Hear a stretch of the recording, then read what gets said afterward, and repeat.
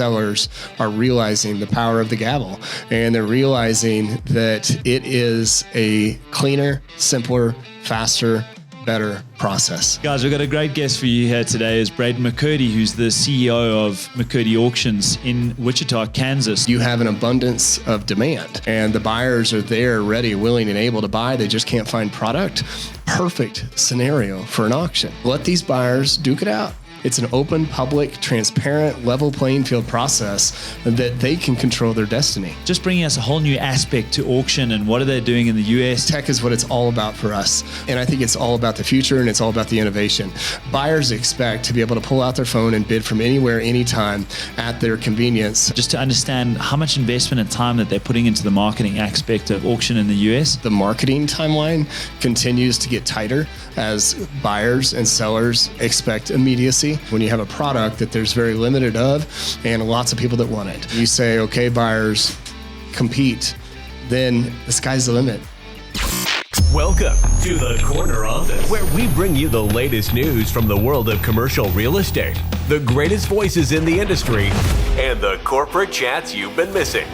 Let's get to it. Braden McCurdy, CEO of McCurdy Auctions. I'm quite excited to have you here today to chat about auctions in the US. I mean, obviously, auction in South Africa has been something ongoing. It's gone through, I think, quite a lot of ups and downs. If I look at going back to, let's say, 2000, there's a huge growth in auction, and then it kind of tipped off, and now growth in auction again. Whereas in the US, quite a different market. So I'm excited to really dig in and understand that market and get into it. Yeah. Absolutely. Well, I'm thrilled to be here and excited to talk about something that I'm so passionate about with real estate, specifically at auction. Amazing. When did you land?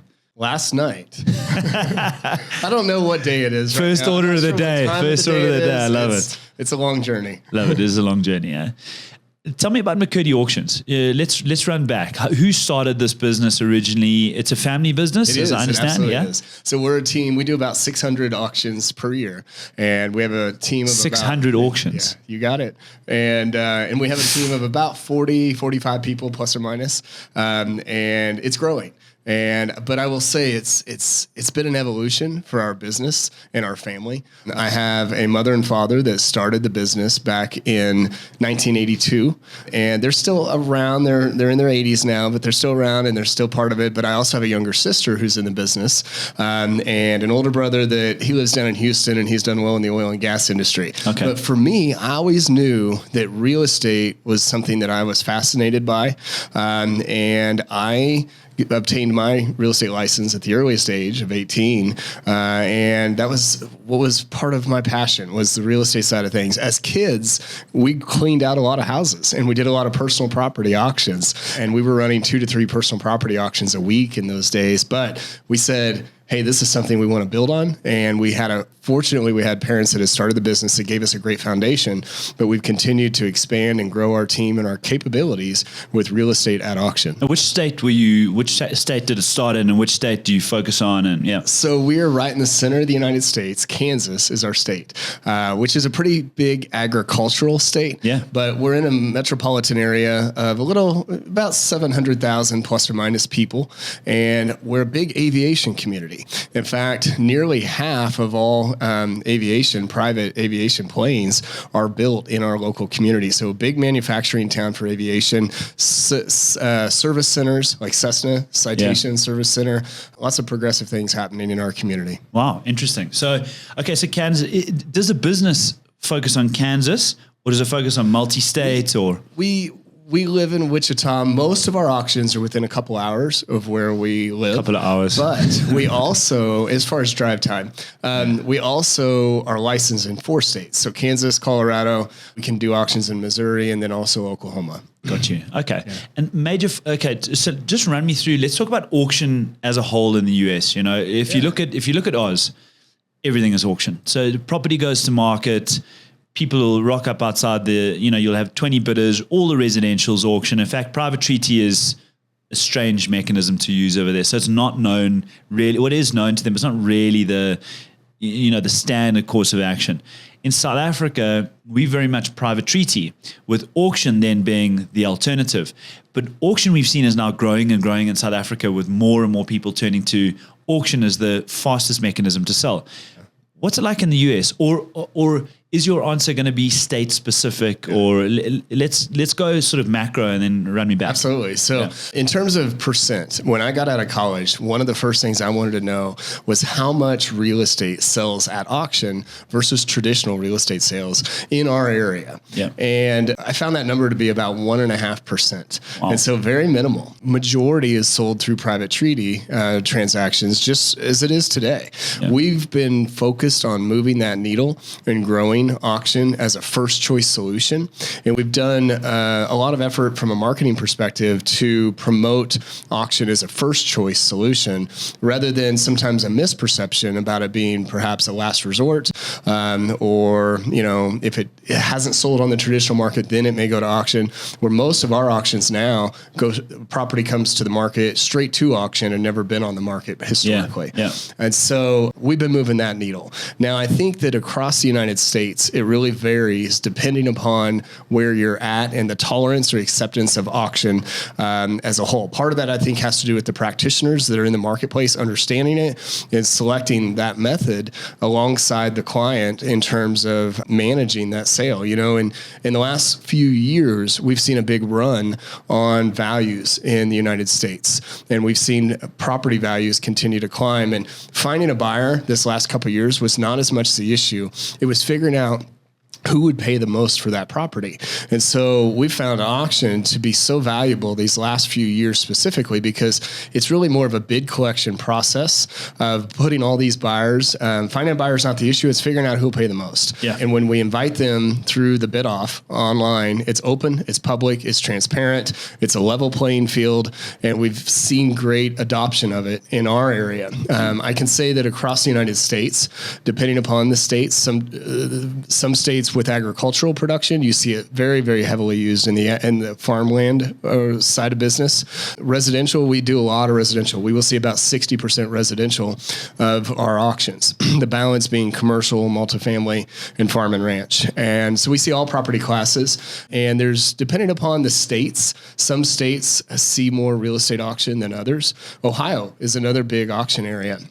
We see a lot of real estate at auction there, but there's auctioneers across the country, and it's growing. So it's just nuanced. It really depends on, I look at ours, right? So it's just someone had started in that basis, and now that is just standard there, Whereas you say in Ohio, obviously someone was there, did a really good effort in terms of marketing, and then that became what was understood as the mechanism for sale, right? Absolutely. And so it's just this nuance as to who was there, who was moving the needle.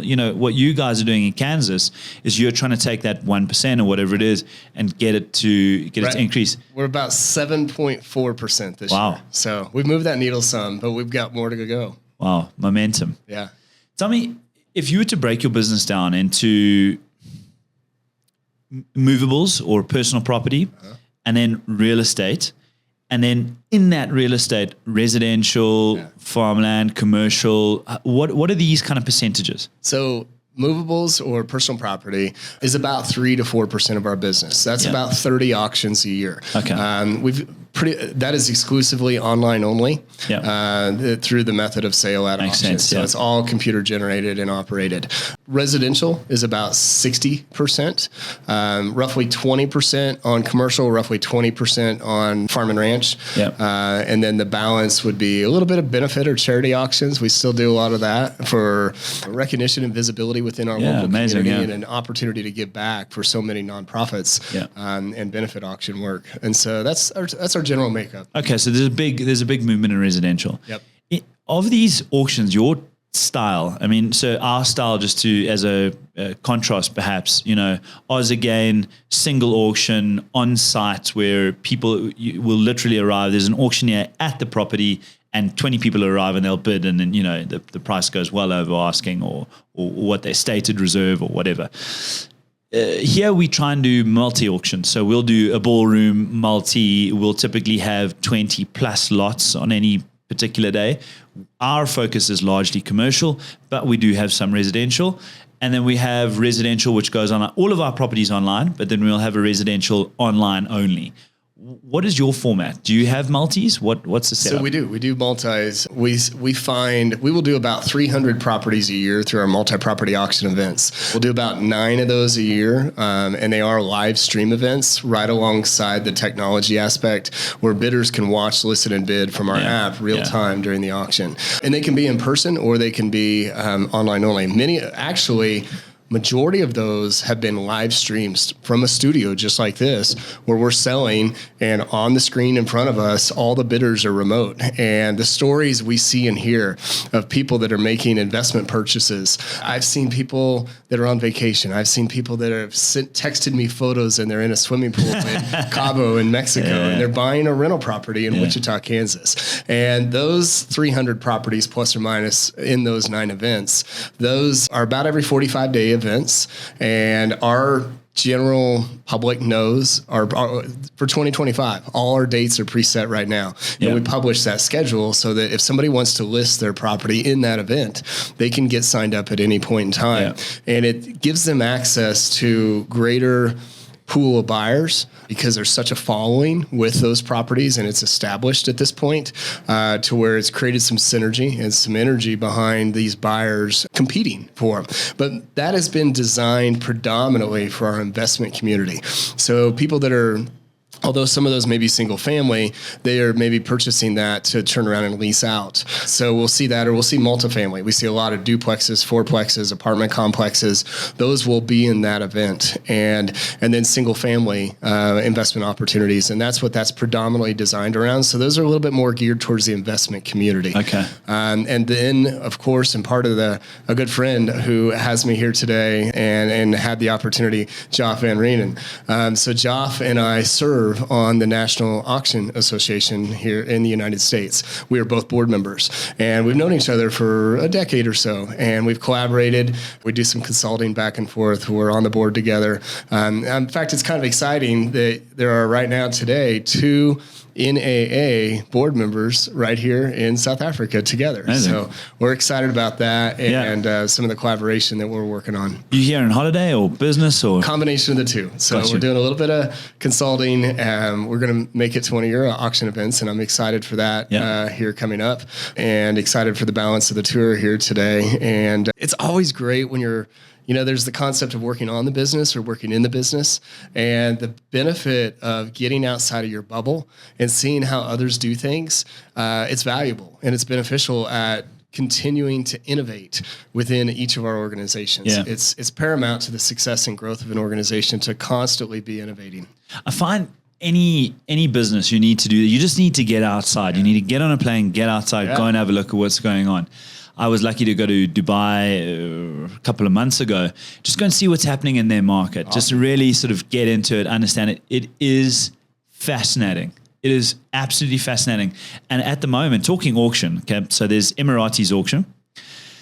And basically what happens there is that they'll say, this is the price we want. And then people will arrive to say, I'll pay that price. It's not really an auction. It's a bit of a strange setup, and there's no one else. So there's not, I don't know. It's different. Okay. Yeah. And you look at these guys. I mean, I must have counted in Dubai, which is not. It's not. Have you been to Dubai? I have not. It's not big. Okay. It's big, but it's not big. It's from one end to the other end. It's not it'll take you some time in the traffic but it's not a long way. And yet you probably see about 30, 40 cranes in the sky. Oh. They are building like you cannot believe. It is unbelievable. Now in commercial, there's no stock available. There's nothing. Okay. They operate what they call a strata market, which we call sectional title. I don't know what you guys call it, where you can sell a unit within the building. Right. What do you call it? Condo. Okay, cool. So we basically, we call it sectional title. They do a lot of strata type investment. And then you've got the government who kind of competes against you in their various different companies that they have. And effectively, there's no more commercial space. Yeah. There are people who want to be there, but there's no office available. You got people who might occupy 1,000 square meters or 10,000 square foot.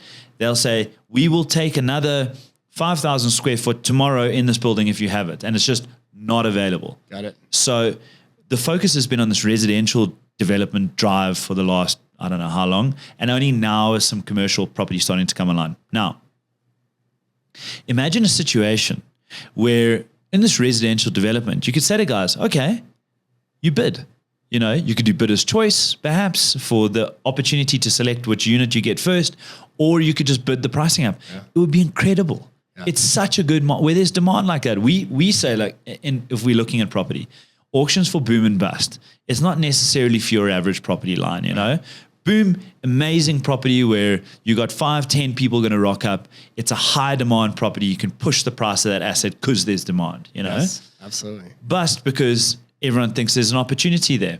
It could be, deceased estate or immigration, divorce, any of these, insolvent estate. It could be any of these things where they need a result, they need a price. People come because they think there's opportunity. And so you still get the bidding tension of being able to get that property across the line. And we find these two work so amazingly. Dubai. Yeah. No, maybe I should pipe down. Maybe I should keep quiet about my observation. You're preaching to the choir. Yeah. I so see the value, and our clients every day are realizing the value of what auction can bring to the equation. Not only is it a cleaner process, but it provides that level playing field. And as what you're touching on is the fundamentals of supply and demand. And when you have a shortage of supply, which is what's happening in Dubai and has happened in the United States the last few years as well, and you have an abundance of demand and the buyers are there ready, willing, and able to buy, they just can't find product, perfect scenario for an auction. Let these buyers duke it out. And let's see how high they're willing to go. And from representing the seller perspective, it's great. And the buyers really value it because they're not wondering if they're going to win through private negotiations based on who they know or have access to maybe get that property purchased. Now it's an open, public, transparent, level playing field process that they can control their destiny. Yeah. Tell me about the auction process in the US. So again, to maybe draw a parallel back to ours. Typically what we do is we'll have an auction in the next 30 to 45 days. We run a marketing campaign and we have the operations team is set up to be really, really efficient. So as soon as we sign that agreement to take to market, boards up, marketing goes out, social media goes out, the guys are on the phone, they're trying to get people to look at this property to come and bid. So really, really aggressive marketing campaign, single focused. The brokers are taking on just a few properties per that auction event. So they're really, really hyper-focused. Registrations need to come in. You either pre-register or you register on the day.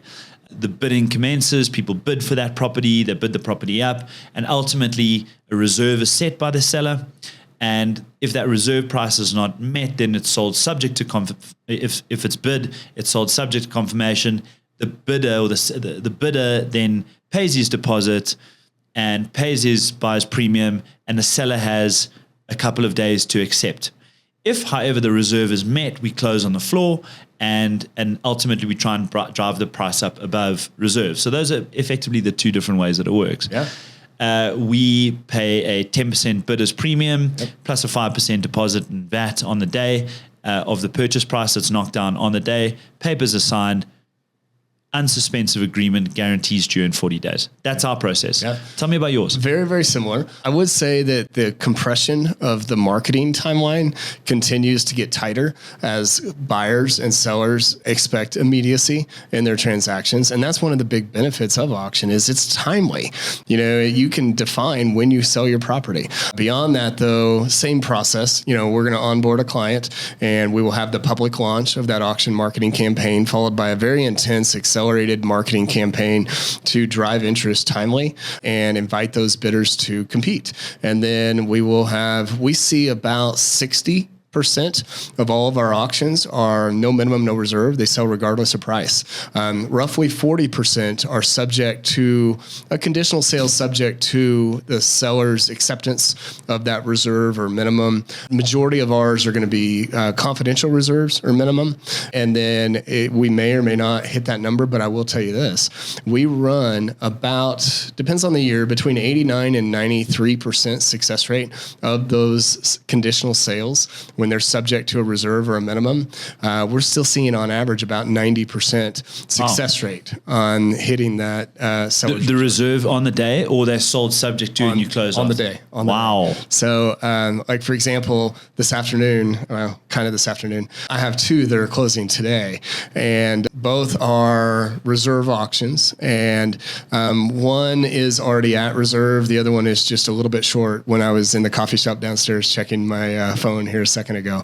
And so here in this afternoon, Jeff and I will watch auctions close out and manage them from South Africa. And that's probably been the beautiful thing about the tech innovation that we keep bringing to the table. We 100% are doubled down on our tech. Tech is what it's all about for us. And I think it's all about the future, and it's all about the innovation. Buyers expect to be able to pull out their phone and bid from anywhere, anytime at their convenience with proper tools to accommodate that digital transaction of real estate, which is so hard, because traditional real estate brokerage historically didn't have a lot of a digital footprint within it. But it is what we consistently invest in within our company. For me, back in 1999, I was like, I don't want to be dependent upon a webmaster to post a listing of an auction online. And so fortunately at the time, we started building some tech, and it was all web-based software. Back in that day, a lot of software was not web-based. And so maybe just it was like the internet bubble back then, wasn't it? Yeah. And ever since then, here we are, many millions lines of code later, and full-time programmers. And dollars. Yeah, and dollars, indeed. So we maintain full-time programmers on staff. Yeah. And if the beauty of this has been, if we can dream it, we can build it. And then the other beauty is that since it's unique and it's custom to McCurdy, it is our own software. It is our own experience. And it allows us to truly manage that transaction on behalf of our client, which is who we represent, so that they have the best and one-of-a-kind experience with our firm. Incredible. Yeah. Let's talk about McCurdy. How you're Kansas focused, so you're in Wichita, Kansas focused. What's your ambition? Are you going to take over the U.S.? Where are you going? What's the idea? It's interesting. If you had asked me this a couple of years ago, I was probably more focused on moving the needle in our community within a couple hours of where I live, drive time. From that 1.5% to 7 and 7.3 is what we posted. 7.3 is what we posted this year.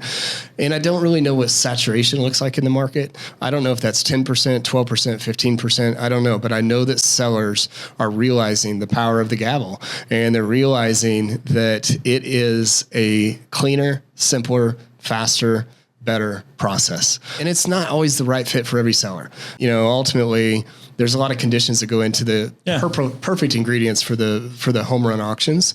But at the same time, we are focused on moving that needle of real estate at auction growth versus traditional real estate sales in our immediate area. But what I'm beginning to feel more of, and I think a lot of this is based on the amount of investment we put into our future and our tech and our commitment to innovation, has been practitioners that are maybe long time real estate auctioneers or even personal property auctioneers, movables in around the country, that are fascinated by the tech experience that we can offer and are hungering to bring what we're doing within our area to their area. And so the calls that I get and the interactions that I'm having this last couple of years has really been around the tech side of it and onboard. What we need right now is access to more inventory. And we're doing that through, as we all know, real estate is a local product. It's a local market knowledge. And so that takes the kind of boots on the ground practitioners that are in each of these communities that know and understand that local real estate market and understand the element of supply and demand in that immediate area. And as we all know, what thrives at auction is when you have a product that there's very limited of and lots of people that want it. And when you take that correct product with a proper seller and you say, okay, buyers, compete, then the sky's the limit. Yeah. And it's just it's a neat thing to witness. So do you see McCurdy rolling out to various states? We're feeling that. We just onboarded a team of 3 practitioners, one that is a full-time trust officer with a bank, and he has lots of relationships and connections, but some of the logistics he didn't necessarily want to participate in, but he had connections and he knew the right ingredients to select the right properties for auction. And so that team's thriving and doing well and continues to expand. And we are talking to a number of other groups in much further than where we live and sleep every single day. And so maybe check back in a couple of years. We'll see. Yeah, I'm interested. Like. Yeah. I'm interested. You know, our ambition certainly as a business is to cover the whole of South Africa. You know, at the moment, I think our focus is really Johannesburg, as it were, in Cape Town. Those are our 2 major nodes. We've transacted outside of, we've transacted in George, we've transacted all over the country, really. Yeah. But I think Natal, PE, East London, these are all markets which we need to explore so that we have a full covering of the market. But like you say, it's you know, geographically located. Those people buying in PE, they're from PE, they understand the PE market. It's unlikely that you're going to find Cape Townians bidding in PE or, you know, listen, I think everyone from around the country wants to bid in Cape Town, but that's kind of that's not really the case anywhere else. You know, one thing that you're making me think of right now is, in essence, what we're building is little marketplaces. And when I know right now today for our marketplace and our buyer community, you know, we're at 140,000 users and it's growing every single day. You know, we're running 500,000 emails a month, keeping buyers informed and notified of the latest and greatest properties that are coming to the market. Jeez. And those are, in essence, little marketplaces. And although the old days of you would put out some advertisements, signs and internet and some newspapers and social media and all that stuff, and then you just kind of wait and see who shows up and let them compete. It's more about the data. And it's more about those bidders in your ecosystem and building that marketplace where you can instantly notify them of the latest properties coming. And then those buyers continue to follow. And they will follow. They might bid on 1 or 2 and it's not quite the right fit for whatever reason, but they'll follow for 6 months or a year or 2 and then they'll make a purchase. And there's also the competitors that are repeat buyers within the system as well that are probably more from the investment perspective, this is versus primary residence perspective, but it's no doubt an ecosystem, and that is 100% driven around those local marketplaces. So as you continue to build your bidder list and your buyer community, and you build those in strategic geographic regions, the system just gets smarter and smarter every day. The numbers that you talk are staggering. I mean, these are huge numbers, you know. If you're talking about, what did you say, 600 auctions a year? Yeah. I mean, you've got a team of 45 people, you know, just the operations side of it.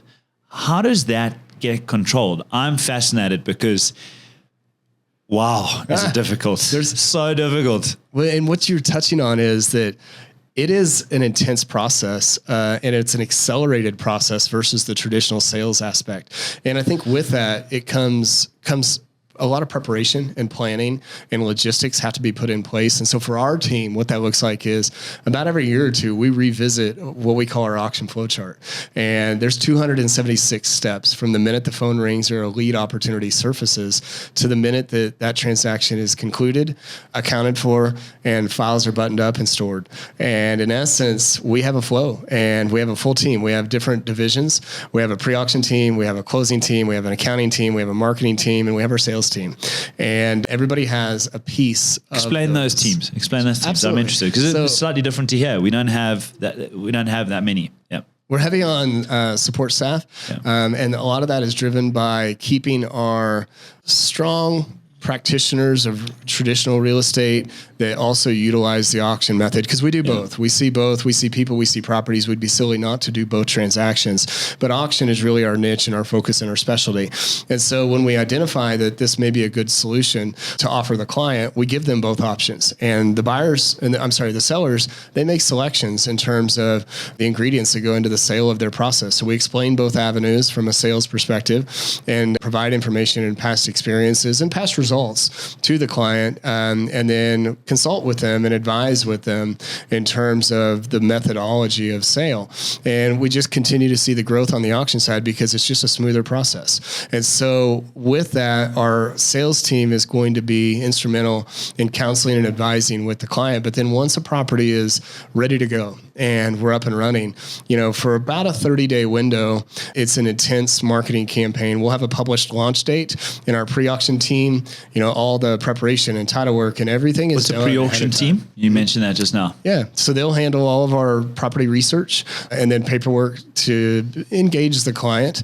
And then once the client's selected, yes, this is the route, and we just begin to go public, then it's all hands on deck in the marketing team. And it's a pass off from pre-auction and sales over to marketing. And marketing is fully intense. In fact, one of the things that we pride ourselves in is the quality and the innovation that we have within the marketing side of things. There is within the National Auction Association, Joff and I both compete at the National Auction Association with some of the latest and greatest marketing techniques and innovation that we have with tech within that marketing competition. And so our team, we pride in a number of wins within the marketing competition. So what are the sales guys doing? What are the brokers? So the sales managers and the auction managers, in essence, they're managing the connections. They're prepping and counseling with all the buyers, and they're hitting the phones, and they're doing the same thing you would do on a traditional sales approach, but it's affiliation, the fact that there's a defined date and time of when this property is going to sell and when it's going to conclude, that creates the sense of urgency. But it takes a lot of momentum from the sales team, calling in complete bidders, calling buyers that have done general inquiries, sharing the information, answering the questions that they have. That's what the sales managers are doing, while the auction marketing team is managing all the digital and social and e-blast and all the text reminders and everything it takes to amplify and promote that auction in a short fuse of time. Those two teams are working together in that 30-day time. Is your team, to understand, the team that's actually going out and getting the properties, getting these mandates to sell these properties, is that different from the team that sells the... Oh, wow. No, actually, those are one and the same. The sales managers or the auction managers, they're consulting and advising with the client on the front end with the selection of the process. They are managing that auction through the process with all the client interaction, and then also all the bidder anticipation and build up of answering all those questions. They're doing a lot of that. Okay. Now, there's still a customer support aspect within the office that is managing general inquiries, but it's really a duty of the auction manager to see to it that those buyers' questions are answered, so that when they walk in to the bidding process, if that has an in-person component where most of them are online and they're all computer operated, most of that is phone time with the customer, interacting with them, answering the questions, managing the auction open houses and inspection preview periods, and making sure the buyer's comfortable, because a buyer that walks into an auction environment that has all their questions answered, there's no questions about quality of title, there's no questions about flood or zoning or use ability of the buyer. When those questions have been answered, and simply the only unknown at the time of the conclusion of the auction is solely a matter of what are they going to pay for it, the buyers bid with confidence. But if there's still uncertainty out there about what they can do with the property or the usability or zoning or limitations, then a buyer will bid timidly. And so that's really incumbent upon our team to get the knowledge in the buyer's hands so that they're prepped up, ready to go, and bidding, I'd say, aggressively and willing to make a bid with confidence. What do you think is the biggest barrier to entry for buyers getting into the auction market? You say 7% of transactions are now auction. Yeah. So as a seller, there's not that much barrier, right? Okay, I understand auction, I'm going to try the auction route, or I love auction, I'm going to continue on the auction route. For a buyer, typically it's their first time doing it, or they're coming into this thing and they're like, oh my God, it's so quick. There's so much excitement in the room and that kind of thing. What are you finding that is your buyers' I think biggest hurdle? What drives the buyer's interest is the fact that right now, because the market's so strong, they don't have to worry about it necessarily being sold overnight, through private negotiations, and they have that opportunity to make a fair bid. And so I think that's one element. I think, like anybody, buyers value and appreciate the opportunity that they think that they will make a good buy on it. I had somebody come to auctions years ago and he says, Braden, I'll go to 100 real estate auctions. And he says, 5-10% are probably really, really good buys. He says 5 or 10%, I think, are maybe over the market. He says about everything else falls in that market value perception in his lens, and when he was looking at it through his lens. And I think it's like anything. There's no shortcuts. You have to know the product. You have to know the neighborhoods. You have to know the market, and you have to know what you're prepared to bid. But I think the main thing is buyers, they like that chance, that opportunity, or the prospect of making a good buy, and that excites them about the bidding opportunity through an auction. So I think that's one of the things that keeps buyers coming back. And then they love the transparency and the fairness that an auction offers. And so those are probably the things that keep them coming. Tell me a little bit about the actual market. Let's talk, from a South African perspective. Tell me the numbers. Tell me how much you're going to pay for a condo over there. What is the rate per? Do you deal in square foot or square meters? Square foot. Square foot. Yeah. What are we paying over there for an office, for an industrial, for a? Yeah, I mean, what kind of numbers are we talking? All about? Different products. Like same as here. It's all predicated. Number one rule of real estate: location. Yeah. And what you pay in New York City versus what you pay in Wichita, Kansas, are entirely different rates.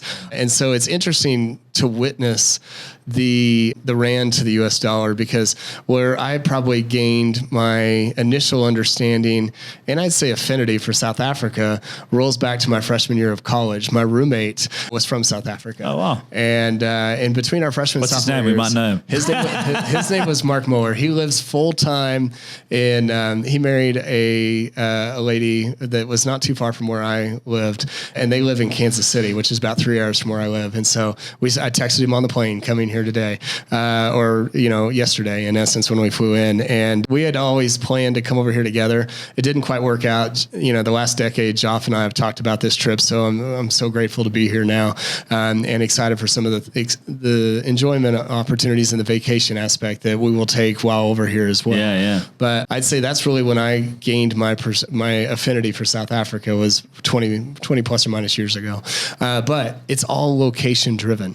And what we pay in Kansas is going to be different than in the States. No different than probably what you pay in Cape Town prices versus Johannesburg prices. Yeah. Where I was going with this is when I was in college, it was 7-1. The rand to the dollar. Today, I understand that's about 18.5 to 1. And it's interesting to see how that's changed a lot these number of years. And, but Kansas prices, if you said, Braden, where I live, on a residential aspect, the average price for the average home, the median, it right there is about $240,000. And so, but that same number, if you were in a major metropolitan area, whether that's in New York or somewhere in perhaps California, those numbers are much, much, much, much higher. And those are, those can get into the millions. And so it really varies on the location of where you are. Lease rates for commercial space in our area, Class A type product, you're going to be in the $35 square foot range, where if you get into those major metropolitan areas, that can go well into the $100 per square foot range. So it just is so much location driven, and Class A stuff is going to bring Class A prices. Yeah. Amazing. To contrast that, we probably here in South Africa, or certainly in Sandton and Rosebank and that kind of thing, you can pick up commercial property, office property for about, this is on a sale basis, for anywhere between 10 to 20,000 rand a square meter. So, quite a big range there, but that's rand a square meter. So, we'd have to calculate that to go back on a sale basis. And the rental rates are probably 100 rand to 200 rand a square meter for the offices. So you can see how this major difference, square meter to square foot, they're 10 square foot per square meter, roughly. Just if you want to do the calculations. In Cape Town, the residential prices are starting to really, really push. So you're seeing prices of 60, 70, 80,000, up to even 100,000 rand per square meter for residential space. Whereas in Johannesburg, you're talking 10 to 15,000 rand a square meter and below. That's kind of thing. So Johannesburg is what you'll get here compared to Cape Town in a nice area and a really, really nice area here, you're going to pay 3 times more in Cape Town. So, you can also see the location is just... Well, we're getting ready to go to Cape Town, and I booked an Airbnb a few days ago. And what area? We are in Camps Bay. Oh yeah, that is the most expensive. Yeah. We got a beachfront view, so beautiful. Yeah, that's going to be the most. That would be the most expensive real estate. Okay. Probably in South Africa. Well, I'm with Joff. I wouldn't expect anything else. Atlantic seaboard is what they call it, but it's crazy. I wanted to talk about where you see, and if you have seen any into tech. I mean, you got a big focus on tech. You spend a lot on tech. AI. Yes. Have you seen any sort of AI starting to creep into how you are dealing with clients or your information or?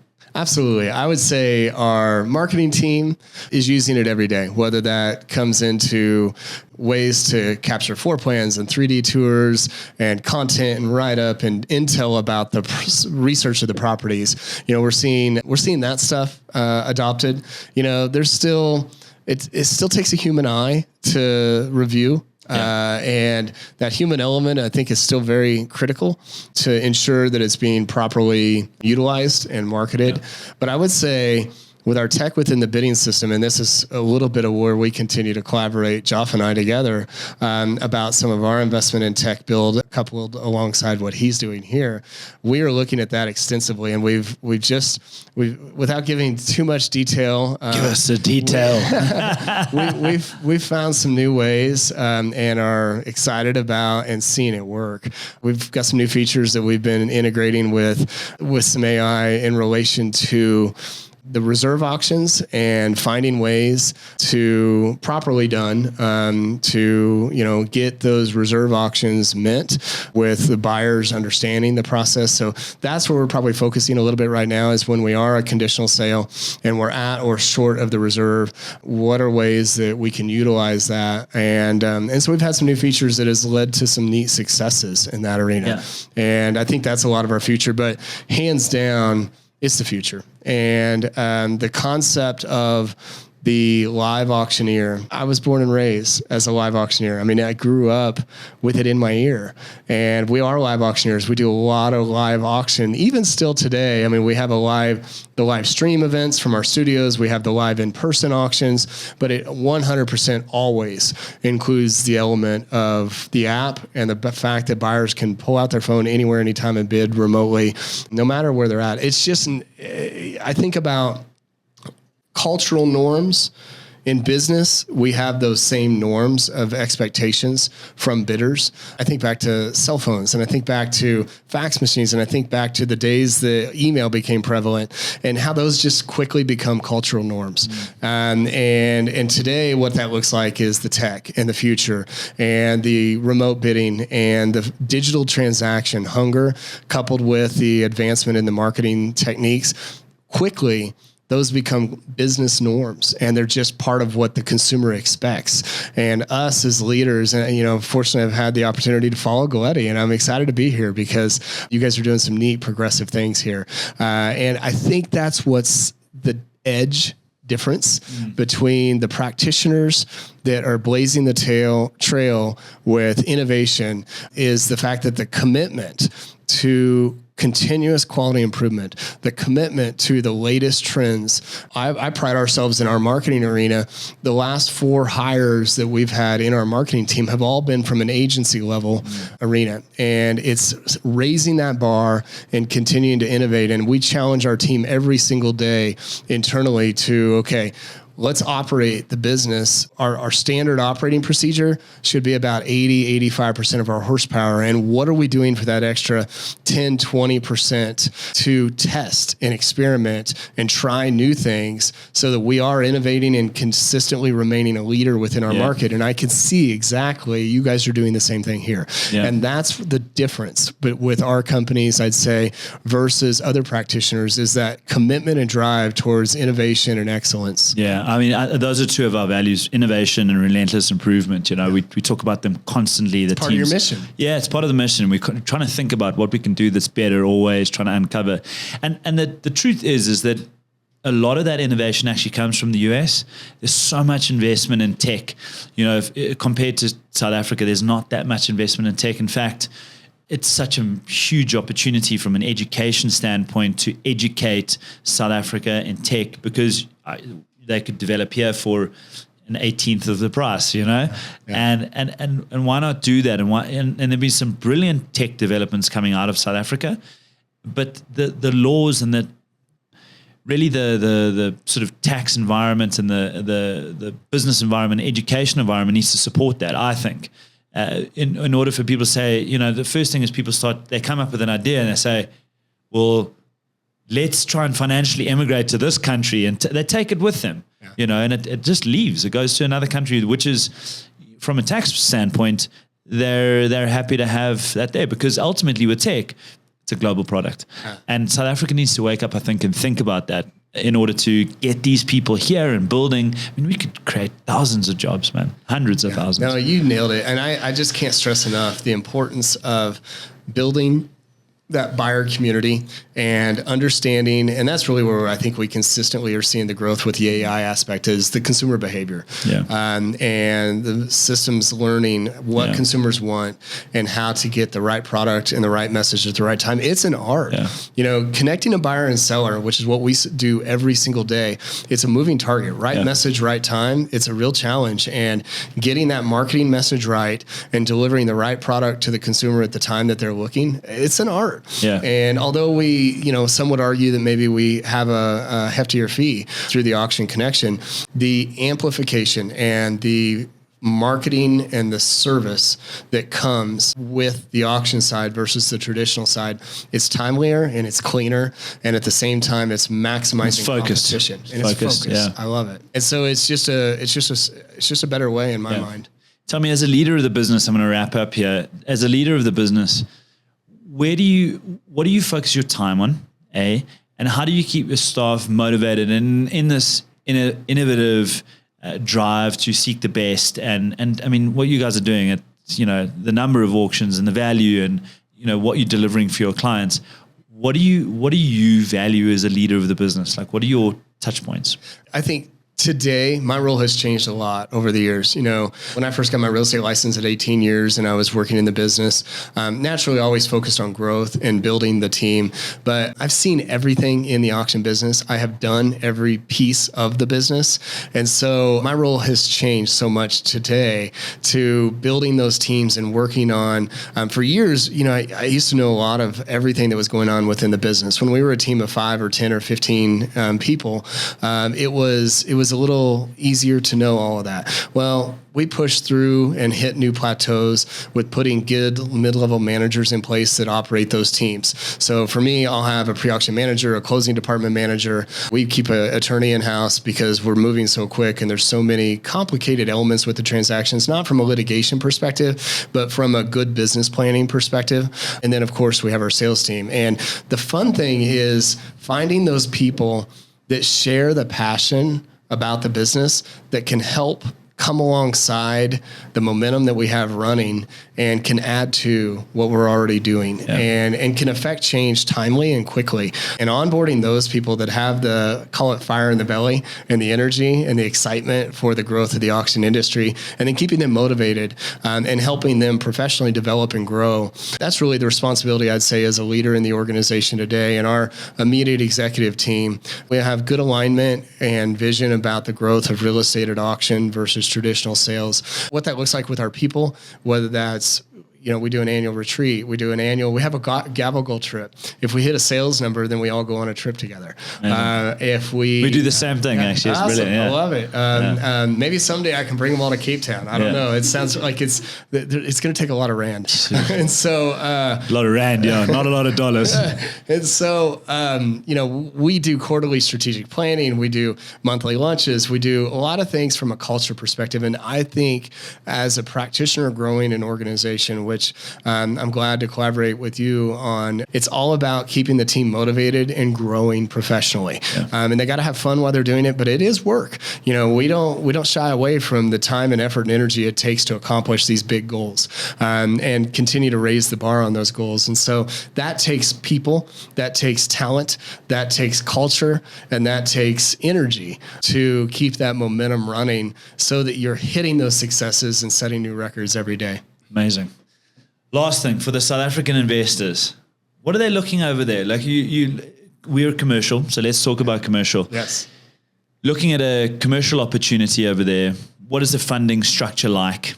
What kind of debt can you get? What do the yields look like? Sure. What are the interest rates? On the way here, Joff, I was asking him, what's your average interest rate? You know, in the United States, 4 years ago, we were having conversations about perhaps negative interest rates, which just baffled my mind. I've never seen it. It didn't happen, but the concept was there. And at the time, money in the bank was pretty much worthless. Today, that same, and so back then, you know, just 4 years ago, you could say, okay, I want a multifamily duplex, or I want an apartment complex. Q4 of 2021, we saw the greatest number in the United States of investments into multifamily projects. And multifamily was on fire. People wanted these 100, 50, 40, 60, 180 unit complexes. Grant Cardone and these guys. They loved multifamily. It was on fire. I did the most that quarter of Black 2021. Yeah. So many, yes, of those investments went into multifamily. And it was a sweet spot because interest rates were still really low and cap rates were high. And so that has shifted. At the time, if you had, let's say you had $1 million in the bank and you said, I'm not earning anything on this $1 million. I want to invest that into a multifamily project. And I could see a cap rate of 4, 5, 6% interest rate in that day. Today, that's up. Today, that same $1 million in the bank, you can probably earn 4 to 5% on your money. And you don't have the property ownership responsibilities that coming with owning multifamily would. And no different than if it's in the commercial office space arena. Now, naturally, office space has declined a lot the last few years for us, I'm sure as it is here, because of all the remote work. And we're not seeing that office space come back nearly like we have seen the fuel and the hunger for the multifamily. Yeah. We've seen it come back. It's you amazing. Are seeing it yeah. And I'd say we're seeing it come back now too. There's a lot more back in the office. It's interesting. When we had the back to office aspect, our marketing team was the first ones that wanted to be back in the office collaborating together. And there's still roles like, the tech side of things. If I'm a coder, I can do that from anywhere, anytime. So there's still certain functions within the business that you can do remote, but most all of our people, we're all in. We move so quick in the auction space. We need to have kind of quick meetings to prop up an auction and get it launched successfully. And so that collaboration in the office, our team enjoys being around each other, and it's just, it's just working well. Yeah. But back to your question about the rates. So today we've seen those numbers come back where, if it's on a cap rate aspect, we had major compression about what buyers would tolerate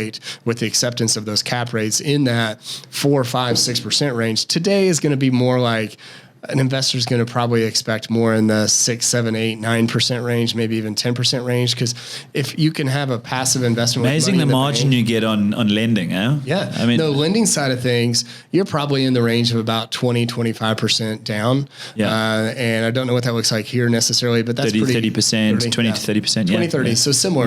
Residential, 10% down, yeah. Now on residential, we will see mortgages run 30-year. Yeah. Is it roughly 20 here? 20 here, yeah. Commercials, 10. 10. Okay. Yeah. And our commercial rate is going to fluctuate quite a bit. And it's going to usually be fixed for maybe 2, 3, 4 years.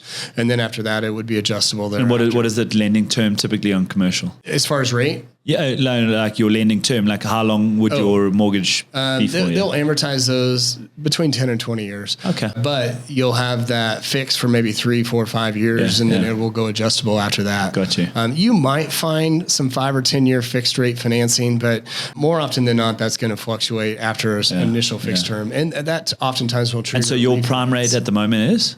Right around 6%, 6.5%, 6 to 7%. Yeah. Probably closer to the 7% right now. But it's moved a lot. I mean, our market is changing a lot right now, just with the political climate. We had inauguration a couple of days ago, and the stock market rallied. Saw that, right after the election, it rallied, and then here at inauguration, in the last 2-3 days, it's rallied again. And so it's an ever-changing climate, such as it is, I'm sure, here within South Africa. See, if you really want to make money, you must create a McCurdy coin. I love it. Yes, I love it. Let's do it. It's been amazing to have you here, lekker to chat, really, really interesting. And the markets are similar but different. And I think, like I said, a lot of innovation comes out of the US. I'd look forward to meeting you over there and coming to see what you guys are doing. It sounds fantastic. I'd love to host. We're still getting up to, how many auctions do we have a year? 30, 40, somewhere around there. But you'll have 20, 30 in those events, and that's strong. And no doubt you're growing and innovating. And I'm just excited to be here at Galletti, and excited about our good mutual friend, Joff, and the collaboration that we continue to do together. All part of each of us choosing to advance our businesses and bring the latest and greatest for our clients. Amazing. Thanks for coming in. Absolutely.